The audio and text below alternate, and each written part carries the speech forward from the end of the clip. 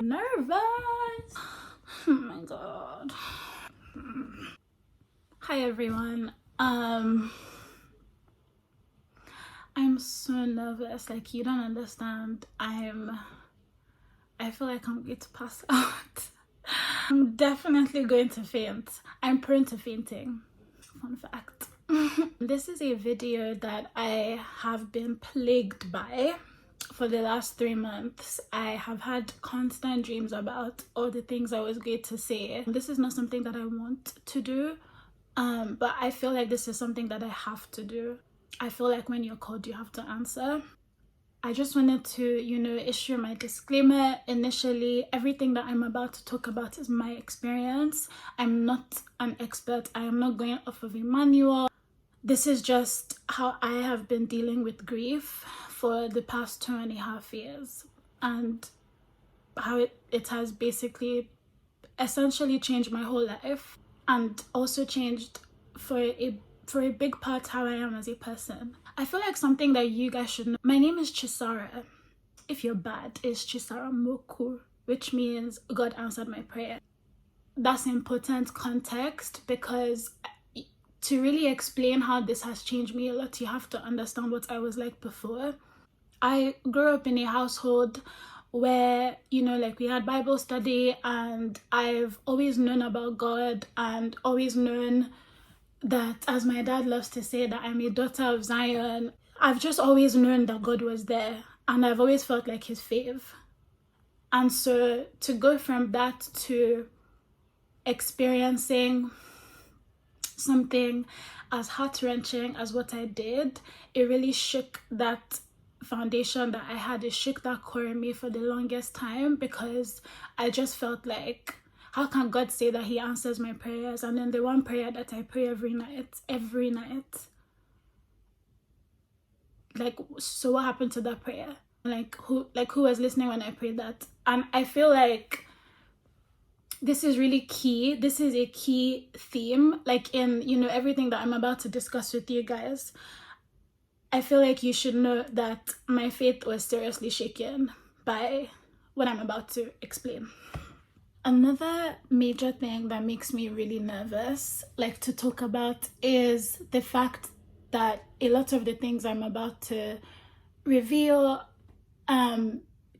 is things that my family in particular, I'm really nervous about, things that I've never been able to say to them, and only been able to say to a therapist, or maybe like a close friend. And I just want you guys to know, like, obviously, like, it's not my wow, 2 minutes in, it's not my intention to like alarm you or make you feel a type of way, like you've done everything right. Like, to my friends and my family, you have been so supportive, you have done everything right. I just know that somebody somewhere needs to hear all of these things that I'm about to talk about, and I know that it's okay. On the 10th of April 2018, I woke up and I went to work. And I remember having such a good day. I had just come back from New York, and if you know me, you know I love New York. Like, it's my favorite city in the whole world. And I went to work and everything was normal. Like, it was fine. Like, it was a normal day. And I remember texting him at, I want to say like maybe 9:10, just about something random, but it never delivered to his phone. And I didn't think anything of it. He was very fond of not charging his phone, or like something. So I didn't think anything of it. At lunchtime, when I hadn't heard anything, I remember just getting like a little nervous, and just thinking like, that's weird. And then somebody texted me and said, oh, had I heard from him? And I remember thinking, no.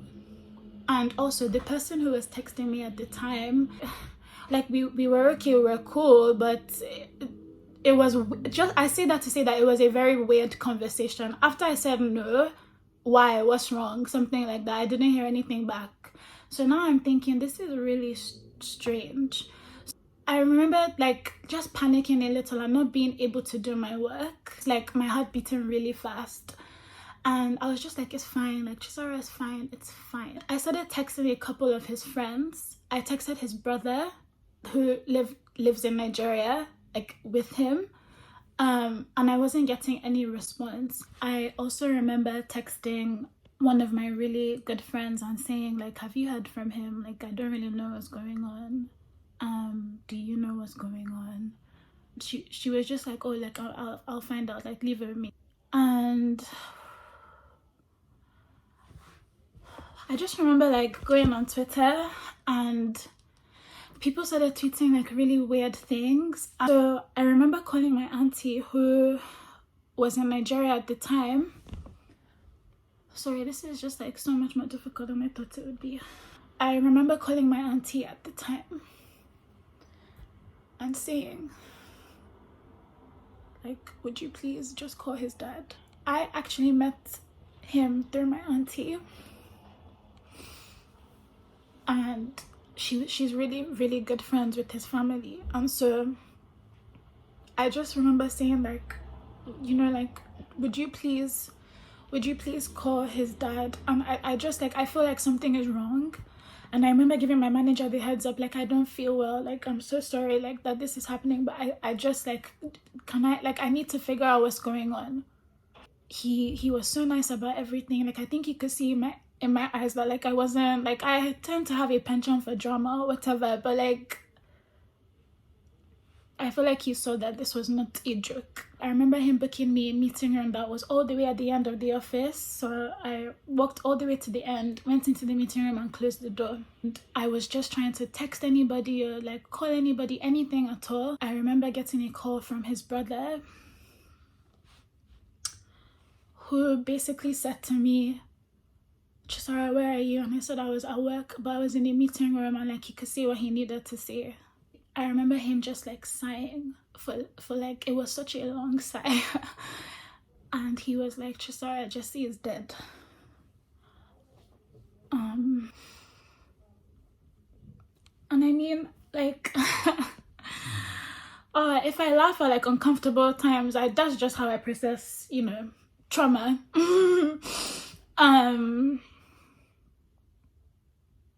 I remember just thinking, what? Like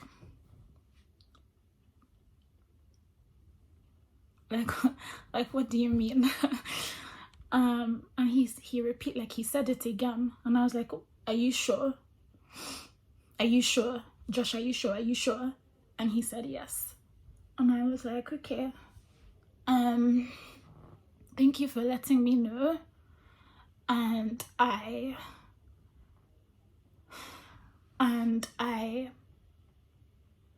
just kind of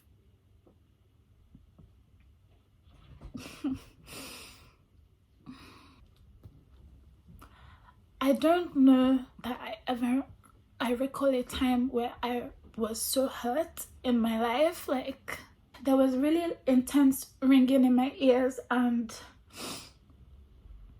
I couldn't breathe.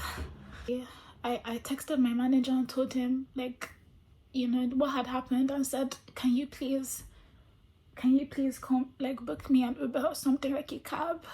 Like I just want to go home.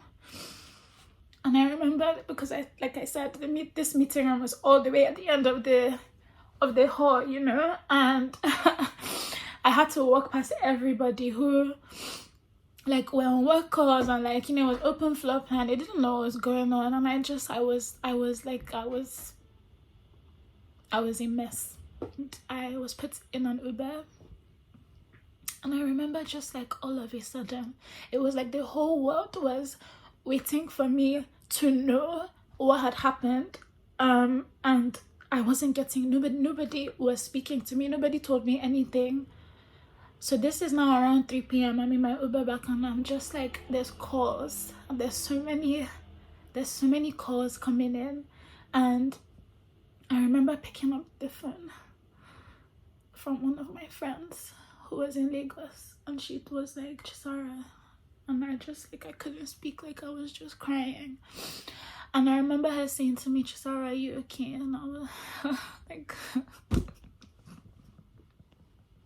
I was not okay.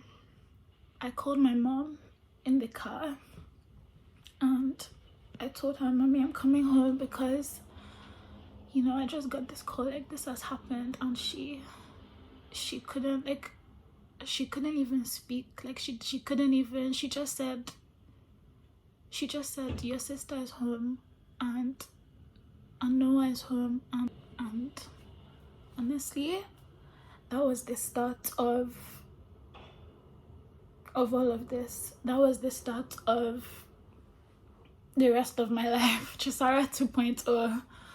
And it hasn't been easy.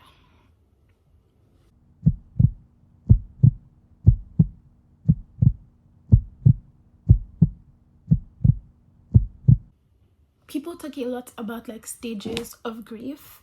I remember one of the first ever things my therapist said to me was grief is not linear. Like it's going to sucker punch you at different stages of your life when you won't even see it coming, and you're just going to have to find healthy ways to deal with that happening. But there are those, like, you know, like the typical, like there's like the denial, and I'm going to be very honest with you, I don't know what they are, or as in, but I just know that the first ever thing that I felt was disbelief. I was so confused, and I just, like, the only person, like literally, I feel like God was looking out for me in the sense that the only person that I could have heard that from and believed it from was the person who called me. That's the only person, and that was who called me. And I remember people had started like texting me, and people had started messaging me. And one of my best friends, I live with her now, we always used to go to the gym together after work. We used to meet up and then go to the gym, and obviously she was waiting for ages, and she was starting to think that something had happened to me. So she called me and I told her what happened, and she was like, I'm on my way. And so by the time I got home, like there were already, you know, like my family was there. My friend Michelle like was there in like 20 minutes, and by the end of the day, like basically all my close friends were in my house. And I guess like the news went around really quickly. Like I hadn't fully come to terms with everything that was going on. I was heavily medicated. I was on Valium. And then my family friends came around, my childhood friends, and they are not the most affectionate people. Like I feel like in a very weird way, this has made them more affectionate with me, at least. They don't do well with emotions, and all of them is so weird. And so they came to the house, and I remember one of them oh bless his heart, he was like, oh, so you know, like, do you want to watch Netflix? And I was like, what? Like, are you mad? Have you lost your mind? We went to watch Netflix. I was crying the whole time. But I have to say that when I was going through all of that, especially those first couple of days, like there was not a second that I was left alone. It was either my family was with me or my friends are with me. I feel like somebody made a group chat somewhere, like there was a rota, and people were like, okay, so on Monday I can do this time. And I was never alone for from up until I found out when I went back to Lagos for the burial. I was never alone. And I really do, like, I have to say that I appreciate everybody so much. Like I don't think that I would even have any semblance of sanity right now if it wasn't for my friends and family. Like, these are people that ride for me, and I hope you guys know that I ride for you, and I love you so much. So many people were calling me every day. I felt very, very loved. But on a serious note, I was heartbroken. to give you some context into my relationship with Jesse, I met him when I was 15, and it was always very on and off, and like, you know, like I was a teenager, do you know what I mean? Like I was a baby. So we were friends, and then we liked each other, and then we were friends, and then we were not friends, and then, you know, like, there was all of the distance between us. He was in New York, I was in London. It was just a lot, but he was my constant. There was never anybody that I put on a higher pedestal than Jesse. And he was there through all my formative years of, you know, becoming who I am. Like he was there through all of that, and so in whatever capacity. And so to lose him honestly felt like I lost a bit of myself. I felt like I lost a limb.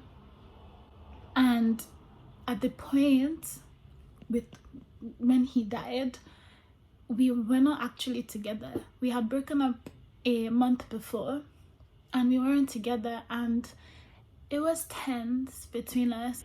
But I always knew that he had my back, and vice versa. Like it was never a thing where I could not text him. Like never.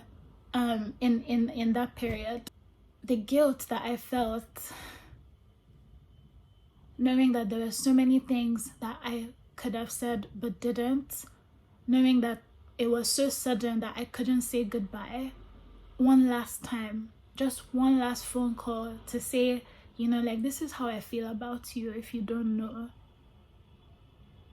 The fact that I missed out on that opportunity, the guilt that was associated with that, and the regret is something that I still have not been able to come to terms with. Like, it's something that I still carry with me, like, till today.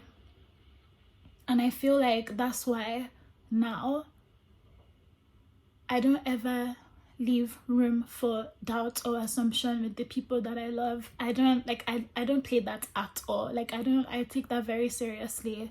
And if I love you, you're going to know about it. And I don't take that for granted, because I don't ever want to be caught slipping like that again. I think that would break me. And so I tell everybody I love you. Something that grief did was change the way that I interacted with a lot of people, and also with the way that I interacted with myself. It changed the way that I interacted with my parents a lot. I remember coming back to, like, you know, going back to Nigeria and informing my dad that I was going to be going back to his village for his burial. And that was a conversation that didn't go down too well. And I remember saying, and I'll never forget this, I'm not asking for your permission. I'm literally just informing you. I'm going. I need to do this, or I will never be okay again. Like, I have a very good relationship with my parents. Like, I'm the Ada of the family. Like, Ada means first daughter if you're not Nigerian. And where I come from, people don't really talk about things like this. You don't talk about feelings. We just don't do that.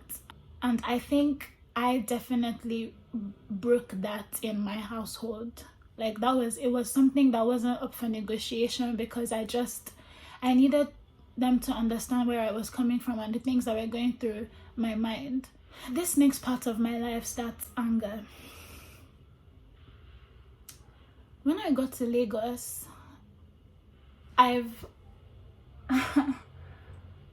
if you're Nigerian, you know that Nigerians they don't know how to talk. They don't have manners. And I say this with my full chest. If anybody wants to come and fight me, please come and do so. Nigerians do not know how to talk. And people have said the maddest things to me. People have honestly said the craziest things to me. Somebody told me, why are you crying? You were not his wife. You didn't have kids. Another person said, how can you go to his village? Do you know what that would look like? And it's just comments like these from people who I want to believe genuinely mean well, but just do not know how to go about it. They don't have the etiquette or the sensitivity required to to speak to people who are grieving. And this is me being very nice in what I'm saying right now. I remember the first thing that I did when I went back to Lagos. We were preparing for the service of songs, and I was at his house, and I was helping, and we were writing his I guess kind of like his obituary, and his dad wanted to make sure that it was being written by people who like actually knew Jesse, like knew him well and loved him. And I helped to write that with his brothers and some of his friends, and honestly that was such a heartwarming exercise. But I remember like a lot of the adults coming in and just kind of like side-eyeing, like almost like what I... Anyway, I remember so clearly, I will never forget one of the times when I didn't even like moving around in the house because of that, because I just felt so uncomfortable. And it's like, I'm already going through so much, like I don't need that. And I remember his dad like coming upstairs, like coming into the room and saying like, Sarah, can you come down? And he held my hand and he told everybody, listen, this was his girlfriend, and you know, she was going to be like a part of like this like the memorial services that they had coming up. That just kind of nipped everything in the bud, and I appreciate him so much for doing that, because I feel like he knew that this was something low-key that was going on, and maybe he didn't, and that was just, you know, divine intervention. But that was something that he did, and I will never ever forget that. After that, people just kind of like, it was fine. I have to say, the way that Nigerians approach grief and people who are grieving is something that needs to be worked on. There are not enough therapy services in Nigeria. There's not enough tolerance even for mental health. It's like you open your mouth and say mental health and you're already being shut down. It's like, like look at this one. There's so much like misconception around it, and it should be taken just as seriously as your physical health, but it's really not. And it is very evident in the way that people speak to you when they know that you've just lost somebody. I have to say that is something that I do think people need to be very mindful of and work on. I spent a lot of my time in Nigeria. I was there for about 2 weeks, and I spent a lot of that time just being so angry. I was fuming every day, and I was trying so hard to hold it in. Like, I remember so just... And it was there in the way that I would respond to people, or in the way that I spoke to people. I didn't have the patience for rubbish at that point in time. It's like, can everybody please just jazz up? Can you focus? Can you be guided? Like, do you know what we're here to do? But so many times I'd have to excuse myself, literally, and leave situations and like step out of the room because I would be shaking with anger. A lot of that was me. Do you know what I mean? That was my response to what was going on. I was so angry. And I started thinking about it, and obviously therapy helped to like unearth a lot of this, but I was so angry at Jesse. It's so hard to grieve when you're angry at the person who has passed away. I was fuming. I was just like, why are you dead? And I hope that nobody thinks that I'm being callous or that I'm being like brazen. I'm being so honest, and I feel like people are not honest about all the emotions that they go through when they're grieving. I was fuming. I was like, do you know how you've messed up my life? Like, I don't feel like I will ever be normal again. I don't know, like, what is normal? It was a concept that was so far away from me, from my grasp. Like, I couldn't... How could you? I was also so frustrated and so hurt being in Nigeria itself, because this is a country that, you know, somebody has had an accident on the road. As a civilian, you're too scared to stop and help, because if you call the police, they could think that you had something to do with that, or that you were the one who hit the car. And anything can happen in Lagos, in Nigeria. Or this is a country who somebody, okay, has driven past, has seen that there's been an accident, will try to call emergency services. Okay, who knows the number? Or you try to call an ambulance, they'll tell you that it will take them 2 hours because they don't have petrol. or because there's traffic. 2 hours. And in 2 hours, somebody has bled out.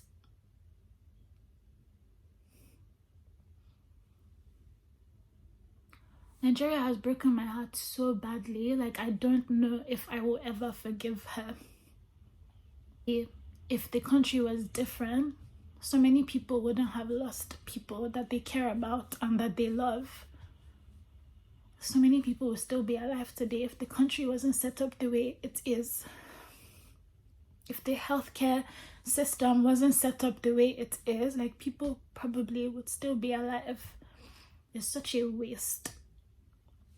It's a waste of life.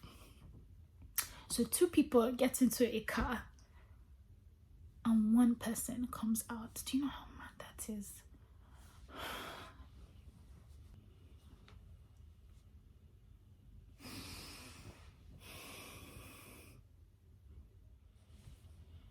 But the one thing that Nigeria did for me when I went back that time, and that was the last time I've been in Lagos, and people always say, Chisara, come back for Christmas. Now, what are you doing? Like, why would you come back?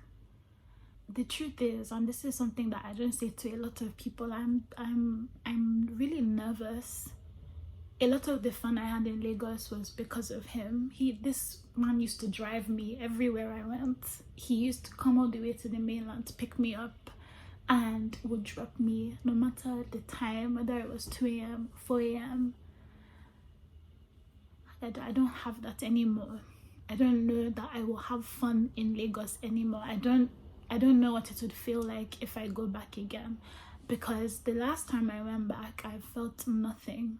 For a city that I grew up in and love with my whole heart, I felt nothing. I miss it though, like I miss it a lot. But the one thing that going back did for me was it gave me closure. I needed to see it happen. Like, I needed to see the burial and like be a part of that process. I knew that I would never fully believe that it happened. Like, I needed to see it with my own eyes, and I did. And I don't even have to close my eyes. I can still see all of it, everything, like as if it was yesterday. So I've come back now and back to London. I tried to go back to work. I just felt, you know what, like, maybe I should just do something nice for myself. Maybe I should go and get some new work clothes. So I remember for some reason I was in Hammersmith, which is just like, that's weird. I don't know why I was there, what I was doing. I had lost so much weight, and that was another reason why I had to buy clothes. I just couldn't eat for obvious reasons. And I went to H&M, I think, or Zara, one of them. And I remember like getting stuff and going to the counter and the woman saying, oh, so would that be all?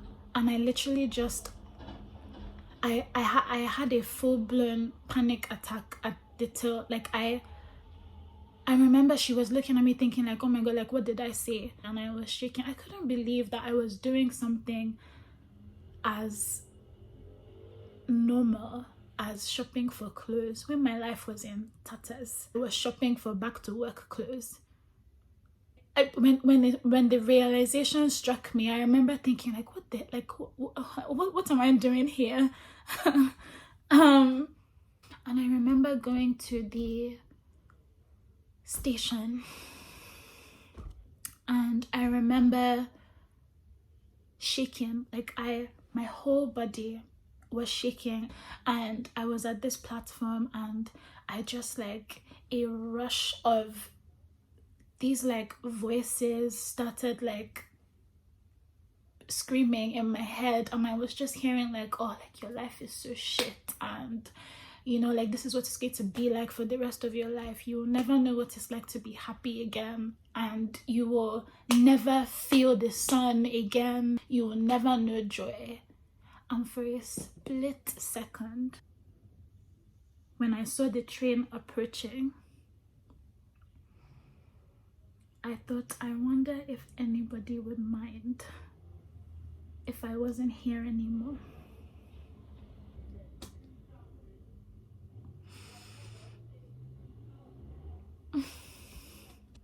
I'm sure nobody would mind if like I put myself out of my misery.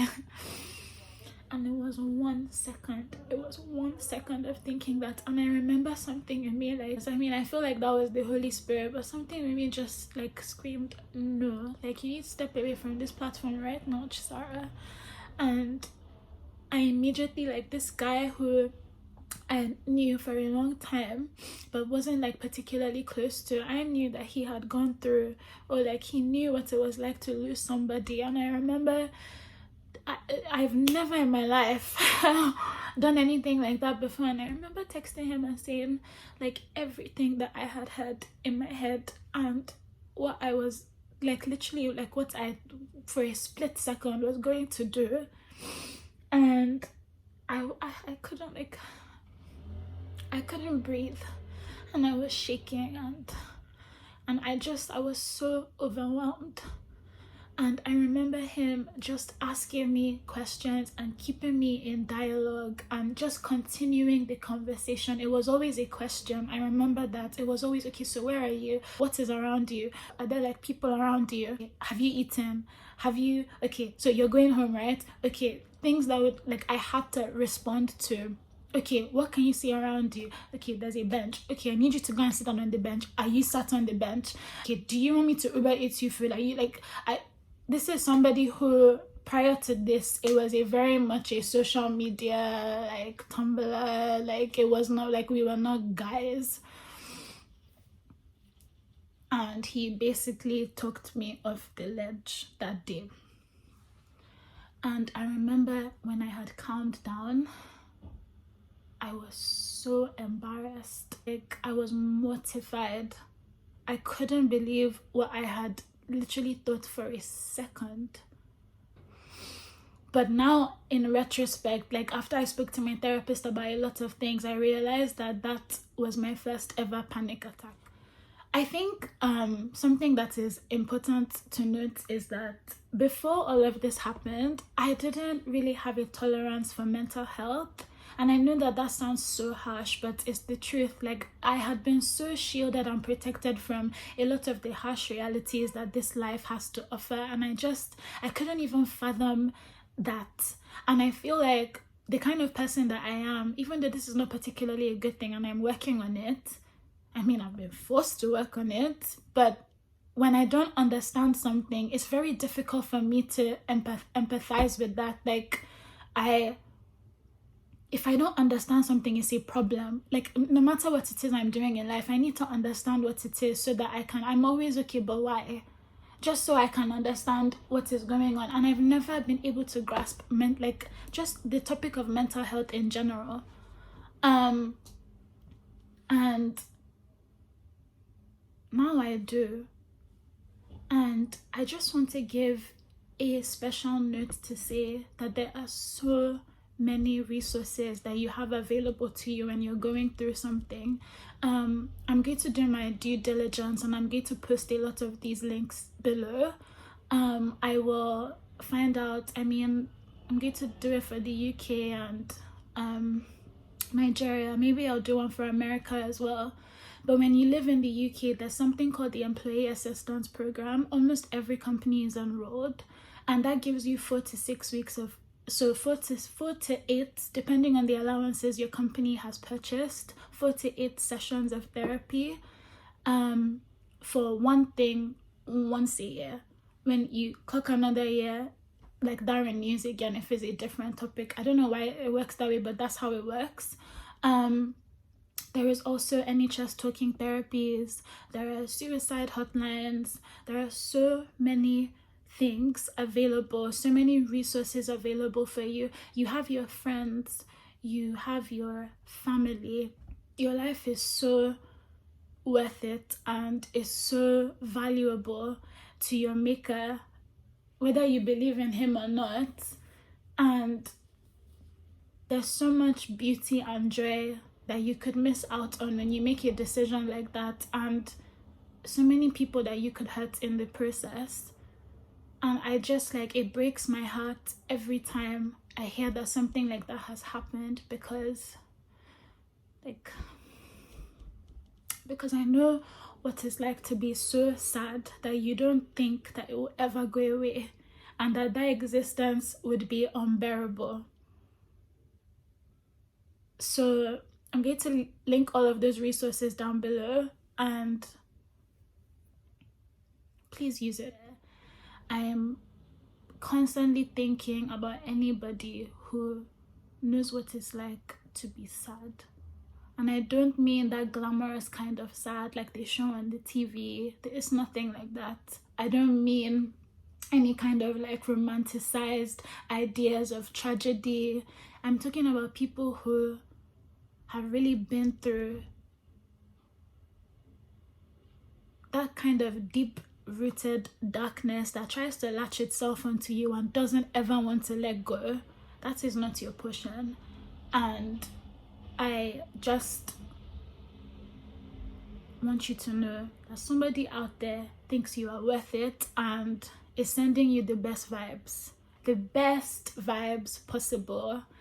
And please use those resources. The thing that I've learned about grief is if you leave it, if you let it, grief will fester and it will eat away at your dreams, it will eat away at your confidence, it will eat away at your relationships, it will ruin good things by telling you that you are not good enough and you have been damaged by all the things that you have been through, and that because you had a good thing once, you know, like maybe that's not ever going to happen to you again. It's a thief of joy, for sure. But the truth is, that doesn't actually have to be the case. I'm not somebody who believes in telling a friend who is down, don't be sad, or don't be down. Oh my goodness, no. If you are down, I hope that you have surrounded yourself with people who respect the fact that you are down, but will not let you stay down forever. How do you know joy if you've never known sadness? How do you know what it's like to be down if you've never been up? Like, I think there is beauty in the come up. There is beauty in getting to know yourself again and like figure out what it is you like, and you have to trust the process. People used to give me so much unsolicited advice at the time, and it was always things like time will heal all and they're in a much better place. This was God's plan, and you know, etc. And time did not heal anything for me. What time has done is I've grown up a lot in 2.5 years. This forced me to grow up in a way that I didn't think was possible for me to experience. I still cannot believe that this happened, if I'm being very honest with you. But I've grown up a lot, and so I have more mature responses to the things that I am going through, and time just makes it so that, you know, over time there's new memories and new joys, and there's something to smile at like every day.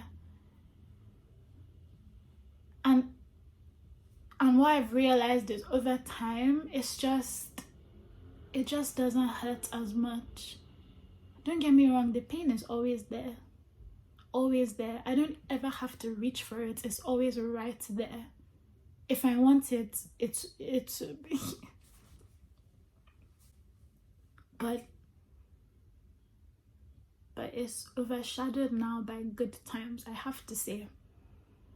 That being said, one of the things that I told myself I was going to do after that very dark day was try.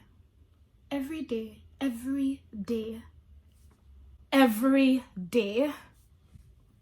I wake up and I tell myself, Chisara, we're just going to be okay.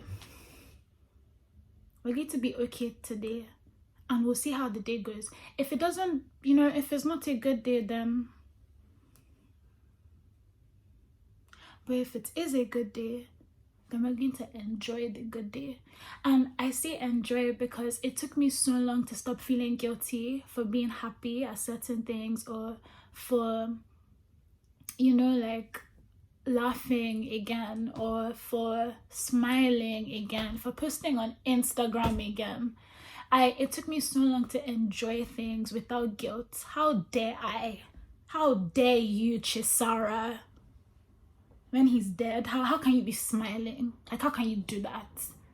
And that in itself is a lie. The devil's favorite trick is telling you that you are alone and nobody is ever going to understand what it is you're going through. That's a lie. Don't get me wrong.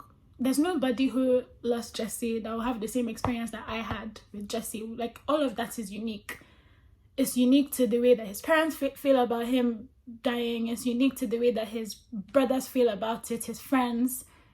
But it's a lie to tell you, and the devil does that, tells you that you are alone and nobody is ever going to understand what's going on. Don't get me wrong, grief is lonely.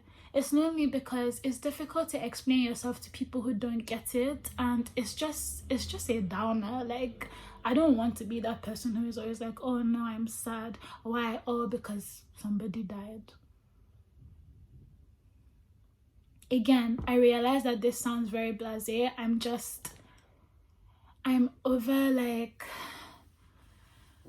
over what is PC when it comes to grief. I'm over what is like cordial, or like what is proper, especially by Nigerian terms. I'm over it. This is the reality of what this thing is like, and I feel like there's somebody somewhere that just needs to know that the things that they are going through, or the things that they're thinking, like, they're not mad. You're not mad. You're not mad. It's everybody else that's mad. That is a story for another day. It's hard. It's hard to lose somebody you love. It's hard. It changes you. And the irony of what I'm saying now is very stuck to me. Like, okay, God, I see what you're doing there. These are all things that I need to take my own advice on. But in saying that, grief has been very lonely for me. I felt like there were times when I was very misunderstood, or things that I would say would be misconstrued because people didn't understand all the things that were going on in my head. But you can't understand what's going on in my head because it's so difficult for me to explain it. There's a lot of miscommunication that goes around, and you get so tired of trying to express yourself that you just let it go. And it's something that I think could be avoided if everybody just was a little bit more kind. Try and think about what other people are going through. Try and put yourself in their shoes. Try and be considerate. I've had a lot of people criticize the ways that I've chosen to grieve. I'm a very big social media. I've always been very outspoken on it, like on Twitter, on Instagram. If I'm the kind of person who shares my joy, why am I being policed on the way I choose to share my sadness? Or why am I being policed on the way that I choose to express what I'm going through? Why is that something that people think they have the right to have an opinion on? I just feel like there's so many people out there that need to sit down and actually take a closer look at themselves and the things that they have said to people when they've been grieving. I'll give you a good example. So in November 2018, so this is roughly 6 months, 7-ish, after the incident, this guy who was like friends, I guess, with Jesse, thought it would be a good idea to message me and be like, oh, like, I just want to check in on you. I want to see how you're doing. Like, do you want to go and get a drink? And I'm thinking, why not? I don't have anything better to do. And we get there and it's all very friendly and it's cool, like, it's not any type of weird vibe or anything like that. But then he says to me that he was having conversations with his friend, and my name popped up on the phone, trying to plan like where we would meet and all of that. And so he said to me, so yeah, we were just talking, and then my friend was like, oh, like, you know, what's going on there? And he said, oh, no, nothing, like it was just, you know, like just going to check in on me and like see how I was doing. And the friend said, oh, would you ever try it, you know, like, and he was like, no. His friend said to him, well, figures, if you wanted to buy a house and you heard somebody had died in it, would you buy it?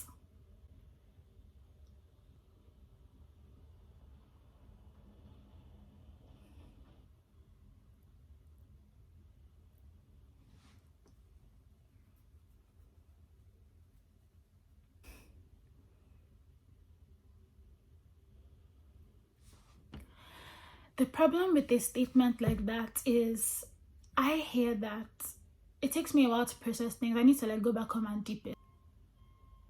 I start to think, wow, there must be something wrong with me. Like, I must actually be damaged goods. Like, so this is it then. Like, I'm done.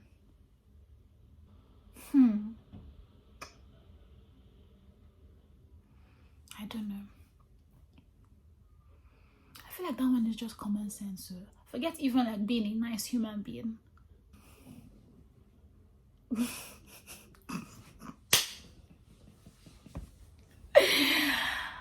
Aha. Wow.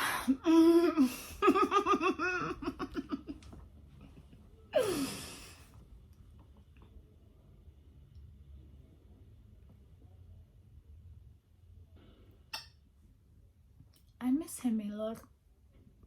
Like, I think about him every now and then. When I stopped being so particular about how I was taking stock of everything that happened after, I used to always be like, okay, it's been 1 week. Now it's been 1 month. It's been 2 months. It's been 3 months. It's been 6 months. It's been a year. Once I stopped doing that and I just started taking days one by one, I don't know, something happens, and I think maybe that's just life. Like, life just happens, it gets in the way. I couldn't have imagined that where I am now back then when it happened. Like, I couldn't see this far. I couldn't see being okay again. And I couldn't see any laughter in my future, any vibes, any trips. I couldn't see anything. And that's not because I'm weak or I was weak. That's grief. Like, that's what it does. And the more people are open about these experiences, and the more people are willing to have discussions and not police how people choose to grieve. If somebody wants to post on social media, let them do that. Like, if people want to ghost and like just be away, get better, let them do that. You're not the one that has to deal with the aftermath of what they're going through. Let people grieve how they need to. And I hope people are more sensitive in the things that they say to other people. Like, you just never know what somebody is going through. Just be kind, be sensitive. I mean, please be guided.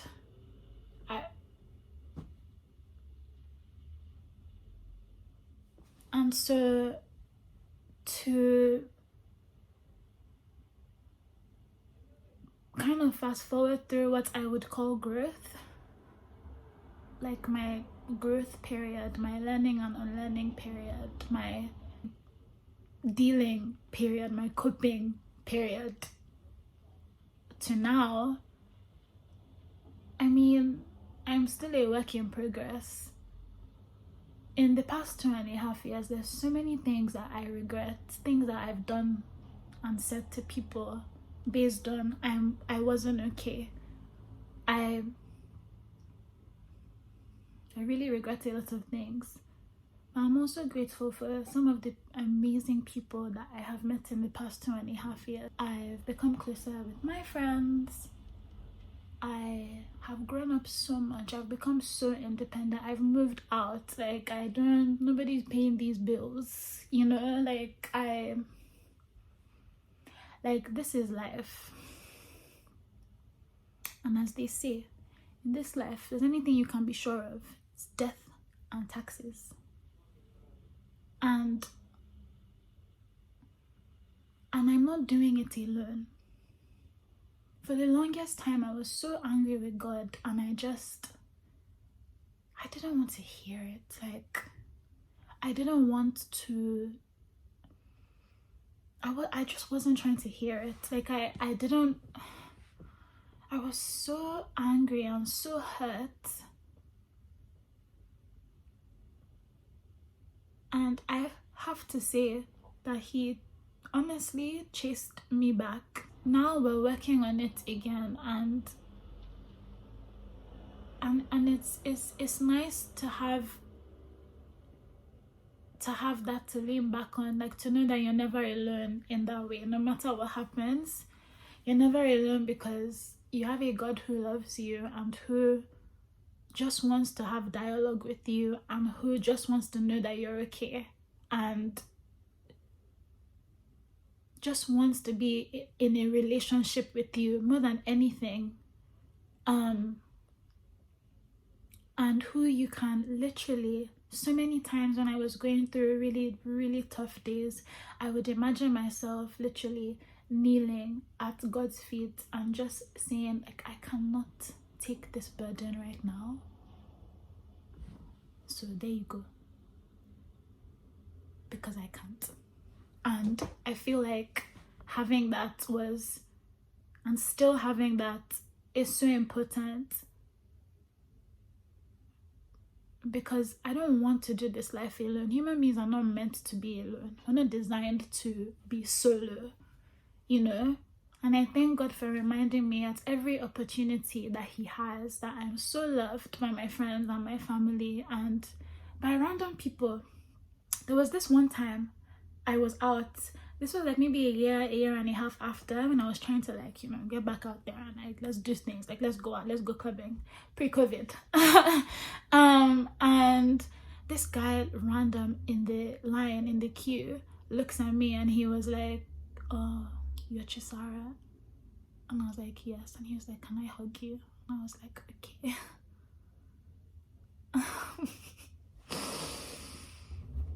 It's just little things like that. I remember saying to him, like, can we not do this? Like, I just want to go out and have a good time. And he was like, yeah, of course. But, like,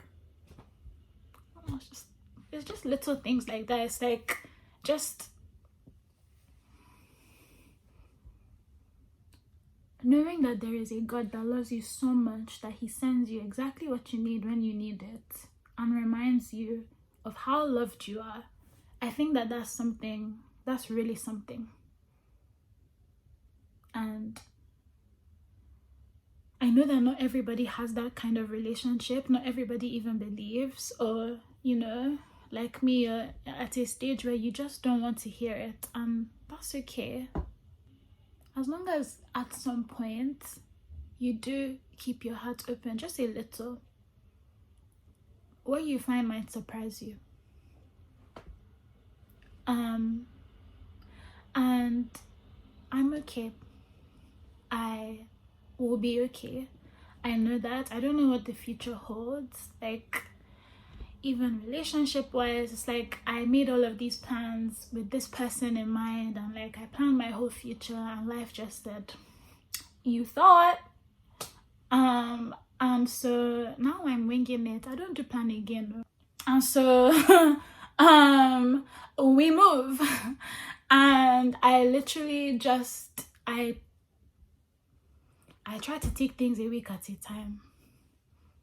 And and we'll see how it goes. And you know, something that his brother said to me one of the times, like soon after, he said, Sarah, I'm not afraid of anything anymore. Like, there's no more fear in, like, I don't have anything else to be afraid of. The worst thing that could happen has already happened. And that's how I feel too. Like, I've lost a lot of confidence, I have to say. I don't know why or where or how that happened or when, but I've lost a lot of confidence. I act like I am. And for the most part, I guess I am, but I just deep down, I'm not secure about so many things because such a huge thing was taken away from me. But I know that I will be okay. And there's something to be said for that. Yeah. It's been 2.5 years. Here's to the next 2.5 more. And I wanted to end this with a little prayer.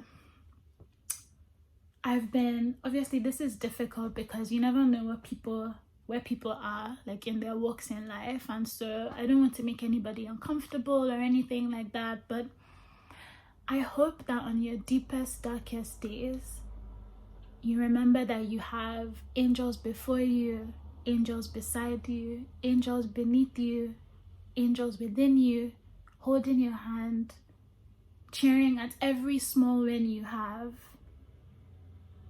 cheering you on. I hope you remember that you are loved. You have friends and family who love you. You have something to live for. I hope and I pray that the Comforter provides you with strength that does not make any sense to anybody, does not make sense to you. Peace that surpasses all understanding, and something to smile at each day.